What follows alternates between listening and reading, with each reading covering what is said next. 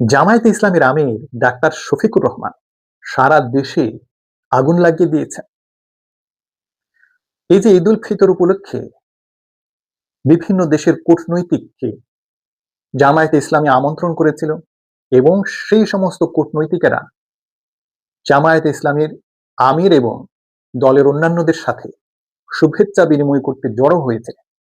সেখানে জামায়াতে ইসলামীর আমির এমন একটি কাণ্ড করে বসেছিলেন, যে কাণ্ডের কারণে সারা দেশে আগুন লেগে গেছে। তিনি কোনো একজন কূটনৈতিককে অত্যন্ত শালীনভাবে জনসমক্ষে আন্তরিকভাবে জড়িয়ে ধরেছিলেন এবং তাতে সেই কূটনৈতিক এবং জামায়াত ইসলামীর আমিরের মাঝে যে হৃদ্যতার সম্পর্ক তৎক্ষণাৎ তৈরি হয়েছে, সেটা স্ফুলিঙ্গের মতো ছড়িয়ে পড়েছে সারা দেশে।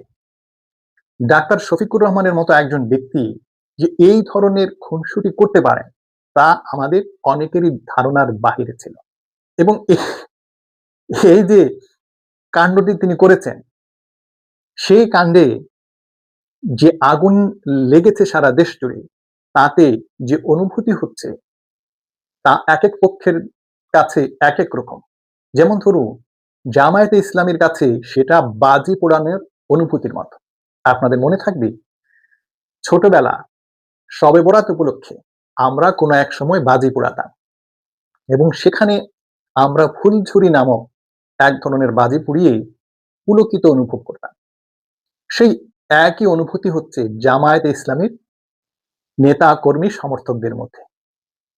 অন্যদিকে সেই একই আগুনের অনুভূতি তাদের প্রতিপক্ষের কাছে শবদাহের অনুভূতির মতো। আহা! আমরা যারা এই ধরনের ক্রিয়াকর্ম করি না, তাদের কাছে এই ধরনের শবদাহ অসহনীয়। আমরা যদি এই সময় আশেপাশে থাকি, তাহলে আমাদের কাছে পুরো আকাশ বাতাস ভারী হয়ে ওঠে।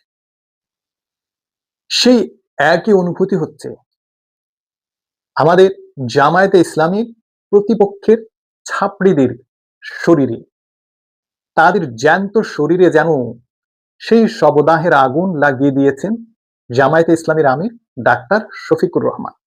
অত্যন্ত শালীন সুন্দর একটি দৃশ্যকে তারা অত্যন্ত অশালীন এবং কুরুচিপূর্ণ বিষয় হিসেবে সমালোচনার ঝড় তুলে নেট দুনিয়ায় সয়লাব করে দিয়েছে।